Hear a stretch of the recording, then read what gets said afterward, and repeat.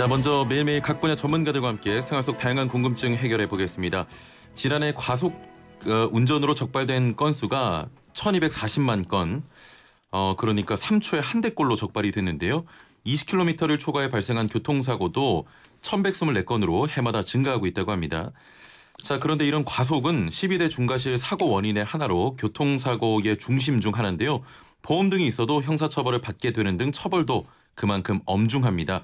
자, 오늘은 이 과속을 포함해 지난주에 이어서 12대 중과실과 관련된 내용 살펴볼 건데요. 오늘 함께 하실 분 모셔보겠습니다. 교통사고 전문 정경일 변호사와 함께 하겠습니다. 안녕하세요. 네, 안녕하세요. 예. 원래 보통 2부에 편성이 돼 있는데 네. 앞서 제가 오프닝에서 말씀드렸던 대로 네. 오늘은 문재인 대통령의 시정 연설 때문에 네. 조금 먼저 진행을 해보겠습니다. 네. 오시자마자 급하게 뛰어와서 네. 준비하시느라고. 네. 미리 좀 먼저. 와서 뭐 뛰어오고 그러진 않았습니다. 그렇죠. 원래 2부에 하실 예, 맞습니다. 건데 좀 예. 많이 일찍 오셨는데 네. 일찍 오셔서 일찍 하고 가는 게 낫잖아요. 네, 맞습니다. 제가 여기 자주 온다면 시간 예. 계산을 하는데 네. 일단 일찍 왔습니다. 그리고 먼저 좀 미리 와주심에 감사드리고요. 아유, 예, 고맙습니다. 또 급하게 진행되는 좀 양해 말씀 부탁드리겠습니다. 네. 자, 저희가 지난주에 12대 중과실 중 6호 횡단보도 내에서 발생하는 사고까지 살펴봤는데 네. 오늘 7호부터 자세히 좀 네. 짚어주시죠. 네, 7호부터 짓기 전에 그래도 일주일 지났으니까 1호부터 6호까지 한번 언급만 하겠습니다. 예, 시간이 별로 없습니다. 네. 1호 신호 지시 위반, 예. 2호는 중앙선 침범, 고속도로에서 횡단, 유턴, 후진까지도 12대 중과실에 해당되고, 예. 3호는 제한속도 초과된 경우, 그리고 4호는 앞지르기 방법, 시기, 장소 위반, 끼어들기 위반, 그리고 5호는 철길 건너목 통과 방법 위반, 6호는 횡단보도에서 보행자 보호 의무 위반. 요거까지 제가 저번 주에 얘기 드렸고 나머지 오늘 이야기할 것을 예. 조금 미흡하게 해서 오늘 한번 그래도 다시 한번 짚어보는 시간을 가져보겠습니다. 예, 예. 네. 먼저 7호 같은 경우에 무면 운전인데요. 말 그대로 면허가 없는 상태에서 운전하는 경우를 말합니다. 예. 면허 정지, 면허 취소도 당연히 포함되고요. 그렇죠. 이제 이런 부분을 떠나가지고 요즘에 보면 오토 면허라고 해서 수동 면허와 오토 면허를 같은 일종이면 일종, 이종이면 이종에서 구분하고 있습니다. 예, 예. 그러면 오토 면허 가지고 같은 종의 그거 수동 면허를 운전했을 때 이것도 무면허냐? 요거까지 무면허는 아닙니다. 그건 무면허가 아니군요. 네. 예, 예. 요건 조건 위반에 해당되기 때문에 면허는 있지만 조건 위반해서 예. 따로 형사처벌 대상은 됩니다. 하지만 무면허로 12대 중과실에 해당되지 않고요. 예, 예. 또 벌금 정도만 부과가 네. 되는 겁니까? 네, 벌금이 지금 6개월 이하의 징역 또는 200만 원의 벌금형. 예, 예. 네, 무면허 같은 경우에는 1년 이하의 징역 또는 300만 원의 벌금형입니다. 예, 예. 그리고 또 무면허 부분이 요즘에 또 정동 킥보드라고 해서 지금은 아직까지는 개인용 이동 장치로 분류되지 않기 때문에 원동기 장치 자전거로 분류가 되고 면허가 있어야 됩니다. 면허 없이 타면 12대 중과실에 해당돼서 형사처벌 받는데 이제 12월 10일부터는 개인용 이동 장치로 분류가 되어서 예. 면허가 따로 필요 없습니다. 이런 부분에 대해서 이제 많은 분들이 우려를 많이 하시는데 결국 자전거와 같이 취급받는 부분에 대해서 사고가 발생하고 안전교육도 미흡한데 어떡할 것이냐 예, 예. 라는 부분에 대해서 이제 규제를 풀었으니까 안전 부분에 대해서도 어느 정도 제도나 어떤 안전을 지키지 않을 때 다시 제재 이런 예, 예. 부분 또 마련이 필요해 보입니다. 무면허는 요 정도. 그리고 8호 이제 음주운전. 예. 음주운전 같은 경우에도 술을 먹은 상태에서 운전한 경우 술을 먹거나 운전을 하거나 둘 중에 하나만 하면 되는데 예. 둘 다 했을 때 음주운전 교통사고 해당되고 예. 결국은 12대 중과실에 해당되기 때문에 형사처벌 받습니다. 예. 예, 그리고 또 음주운전 같은 경우에는 네. 사실 우리가 윤창호법으로 조금 더 강력하게 단속하고 있지 않습니까? 네. 방금 말씀하신 내용이 윤창호법에 해당이 이게 분리가 됩니다. 이제 예. 교통사고 처리성대법 12대 중과실에서 말하는 음주운전은 이제 혈중 알코올 농도가 뭐 0.03% 이상부터 음주운전 교통사고에 해당은 되지만 예. 윤창호법에 해당되는 위험운전 치사상죄는 예.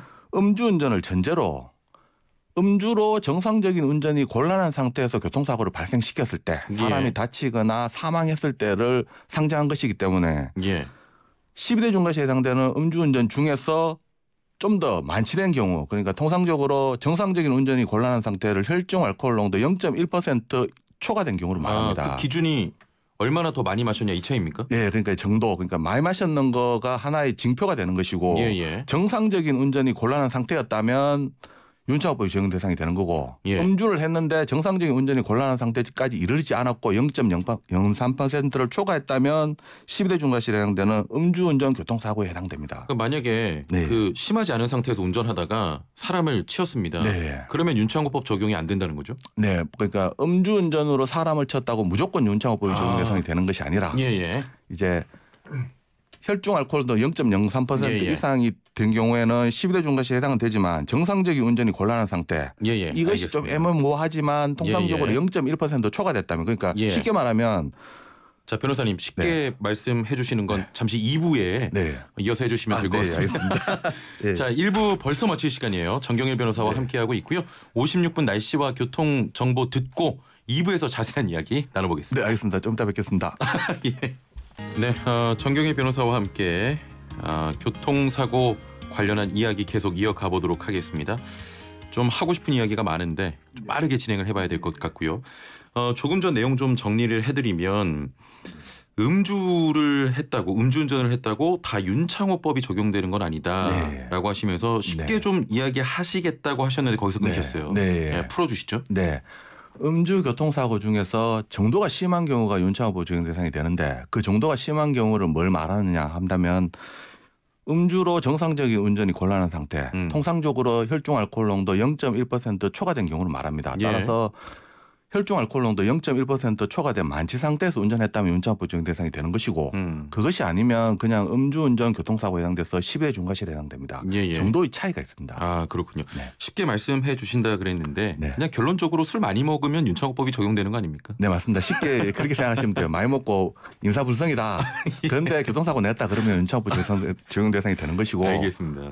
그 정도가 아니라면 예예. 그 일반 교통사고로 예. 12대 중과실에 12대 중과실에. 네. 자, 그 음주운전 같은 경우에는 경각심을 주기 위해서라도 조금 더 강력하게 처벌해도 좋다 이런 네. 생각도 드는데. 네. 자, 그럼 다음 9호로 넘어가 볼까요? 네, 예. 9호.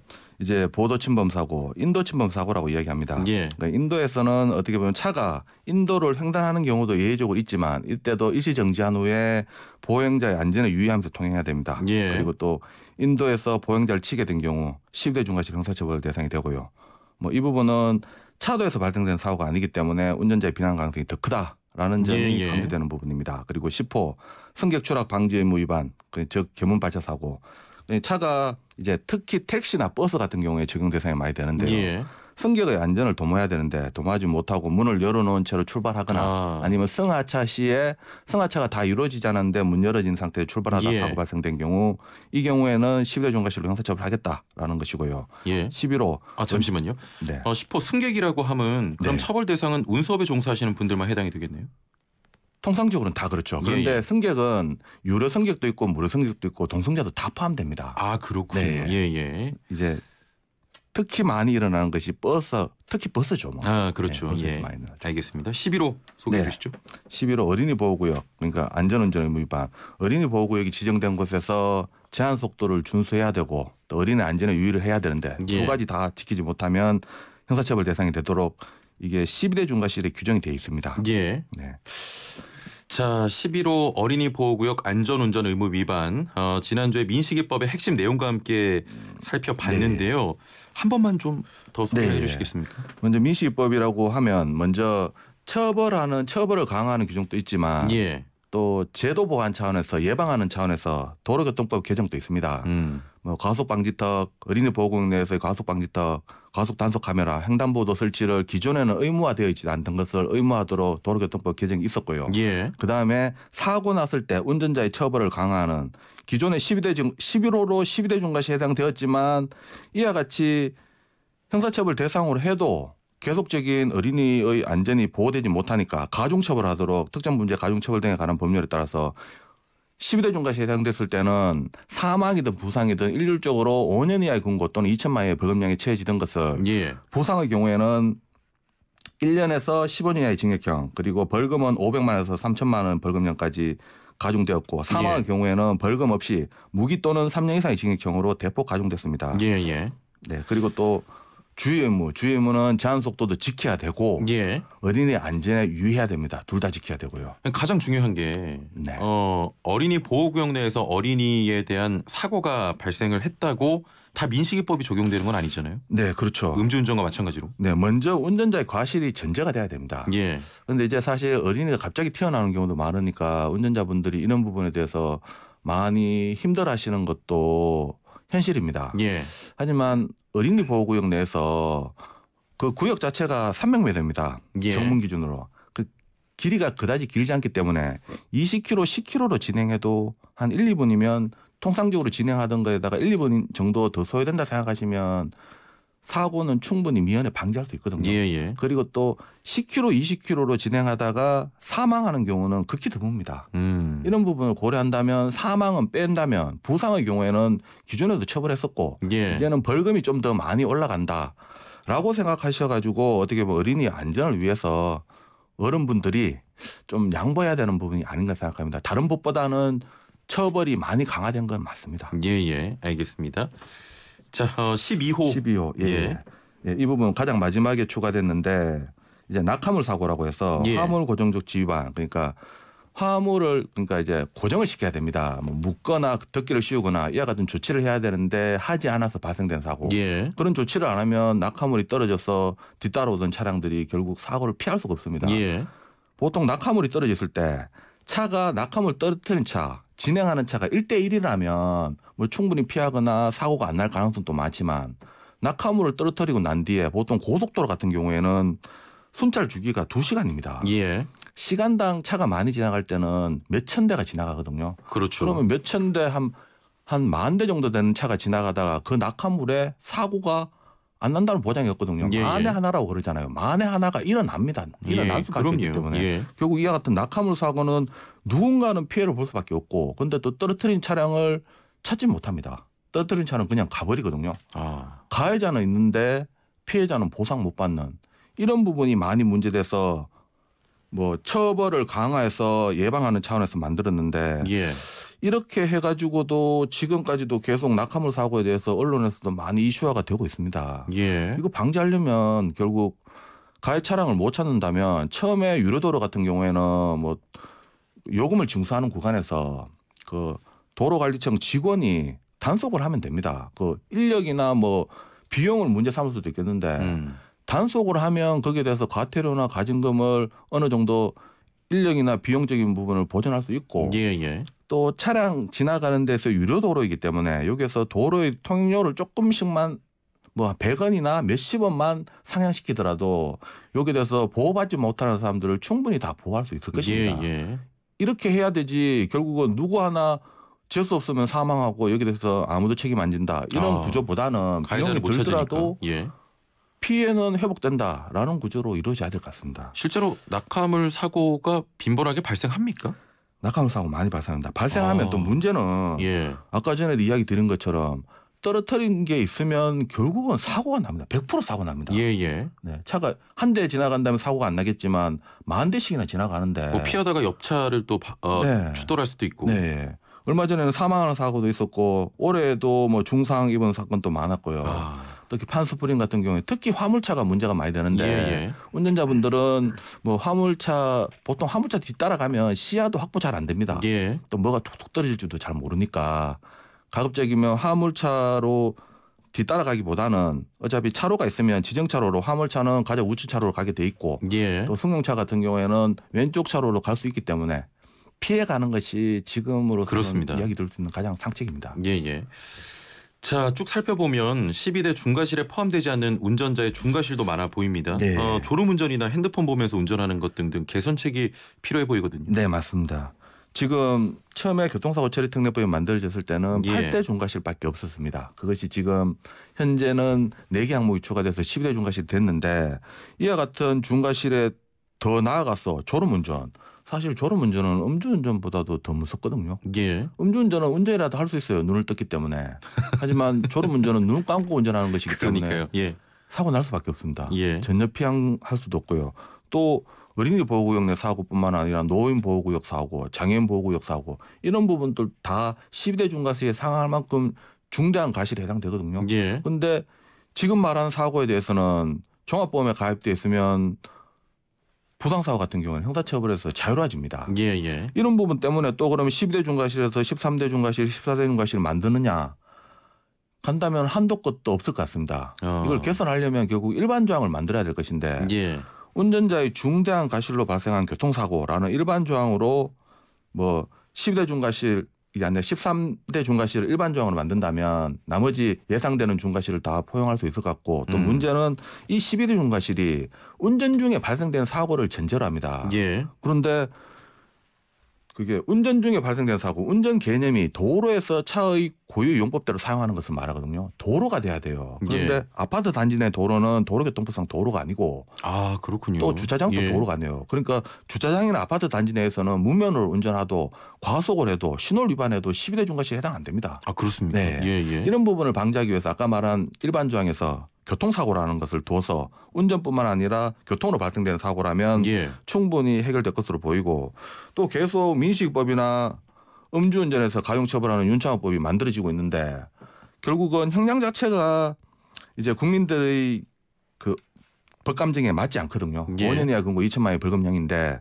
이 부분에 대해서는 10년 이하의 징역 또는 5천만 원의 벌금형으로 법정형을 상향시킬 필요성도 있어 보입니다. 아, 지금 눈높이가 안 맞다고 하신 말씀은 형량이 좀 낮다 이런 네, 것이죠. 결국은 이와 같이 형량이 낮아가지고 어린이 예. 보호구역 내에서 12대 중과실을 처벌받던 것을 민식법을 만든 것이고 예. 어떻게 보면 따로 독립적으로 만들고 그리고 또 윤창호법 같은 경우에도 음주운전 교통사고에 대해서도 12대 중과실로 형사처벌을 했었습니다. 예. 그걸로 안 되니까 윤창호 특정범죄 가중처벌 등에 관한 법률 별도로 가중처벌하도록 만들었는데 이와 같이 가중처벌하도록 만든 것은 법정형이 낮기 때문입니다. 법정형 상한을 더 높여가지고 예. 이와 같은 예상되는 중과실 사고에 대해서도 새로운 특별법을 계속 만들 필요성이 없게끔 할 예. 필요성이 있어 보입니다. 예, 그렇군요. 자, 질문 하나만 좀 드려보겠습니다. 네. 2042번님, 앞차를 우측으로 추월해서 앞지르기 하려다가 사고가 났습니다. 12대 중과실 사고에 해당이 됩니까? 라고 네. 하셨네요. 네, 앞지르기 방법, 시기, 장소 위반의 경우에는 그 사고 중과실에 해당됩니다. 또 앞지르기 방법을 구체적으로 이야기 드린다면 차의 우측이 아닌 예, 예. 좌측으로 통행해서 그 차의 앞으로 들어가는 것을 말합니다. 그러니까 단계가 있습니다. 처음에 그 앞차의 뒤를 따라가다가 예, 예. 그 앞차의 옆을 통해서 그 앞차의 앞으로 들어가는 것을 말합니다. 그런데 우측으로 가는 것이 아니라 좌측으로 가야 됩니다. 그러면 예, 예. 앞지르기 방법 위반에 해당되기 때문에 12대 중과실에 해당됩니다. 아, 되는군요. 예, 교통사고 발생되면 이런 부분은 명확하게 드러나지만 예, 예. 사고 발생한다면 이런 것도 있습니다. 이제 앞지르기를 하는 것인지 아니면 앞서 가버리는 것인지 운전자분들은 추월하면 다 앞지르기 아니냐라고 하지만 방금 이야기 드린 것처럼 앞지르기는 엄격하게 해석이 되기 때문에 예. 앞차의 뒤를 따라가다가 앞차의 옆을 통해서 그 앞차의 앞으로 들어가는 이와 같이 3단계가 이루어졌을 때 앞지르기를 하고 보통 예, 예. 차로 변경후 쭉 가버리는 경우나 아니면 우측이든 좌측이든 차로 변경하고 난데 어느 정도 진행하다가 다시 그 예, 앞차의 예. 앞으로 들어가는 것은 앞지르기를 보지 않기 때문에 네. 앞지르기에 해당된다고 보는 것에 대해서 판단하는 것이 좀 어려운 면도 있긴 있습니다. 예, 알겠습니다. 질문 하나만 더 드려볼게요. 네. 7479번님. 저희 집 주변 초등학교는 구청에 민원을 넣어서 주차 네. 공간을 싹 없앴더니 지나다닐 때 운전자 시야가 확보돼서 사고가 확실히 줄어들 것으로 보입니다. 네. 다른 데도 이런 법을 좀 적용했으면 좋겠다라고 하셨는데. 네. 이제 민식이법 때문에 어린이 보호구역 내에서 불법 주정 차량에 대해서는 지금 범칙금 과태료 부분에 대해서는 2배, 많게는 3배까지 상향시켰습니다. 예, 예. 또 이 부분 때문에 불법 주정 차량에 대해서는 많이 건절이 됐는데 이와 같이 다른 부분에 대해서도 건절이 돼야 되는데 지금 법을 새로 만들기보다는 통상적으로 불법 주정 차량 때문에 사고가 발생되면 경찰이나 보험사에서도 불법 주정 차량도 가피해자 차량의 하나로 넣어야 됩니다. 그런데 넣질 않아요. 부딪힌 예. 차량끼리만 가해자 피해자 나누고 불법 주정 차량은 아예 배제시켜 버리거든요. 그 불법 주정차 때문에 사고가 났음에도 네. 그 사고에는 끼지 않는다. 네, 교통사고 사실 확인이나 보험 사실관계서에는 불법 주정 차량은 빠져 있어요. 예, 예, 예. 이 부분을 적극적으로 보험사하고 이제 경찰에서 넣어서 가피해자에서 하나의 1, 2가 아니라 3까지 넣어서 예, 그리고 예. 또 불법 주정 차량 때문에 다쳐서 사람이 부상하거나 사망한 경우에는 뭐 업무상 과실치사상뿐만 아니라 뭐 일반적으로 과실치사상 형사처벌 받게끔 이야 충분히 할 수 있거든요. 예, 예. 이런 부분에 대해서 경찰이나 보험사에 적극적으로 이제 불법 주정 차량에 대해서 가피해자 판단 할 필요성이 있어 보입니다. 이런 부분 한다면 좀 어느 정도 근절되지 않을까 싶습니다. 예, 알겠습니다. 자, 오늘 조금 다급하게 저희가 일부러 요청을 드렸는데 네. 말씀 감사합니다. 여기까지 듣죠. 감사합니다. 네, 감사합니다. 네, 지금까지 교통사고 전문 정경일 변호사와 함께했습니다.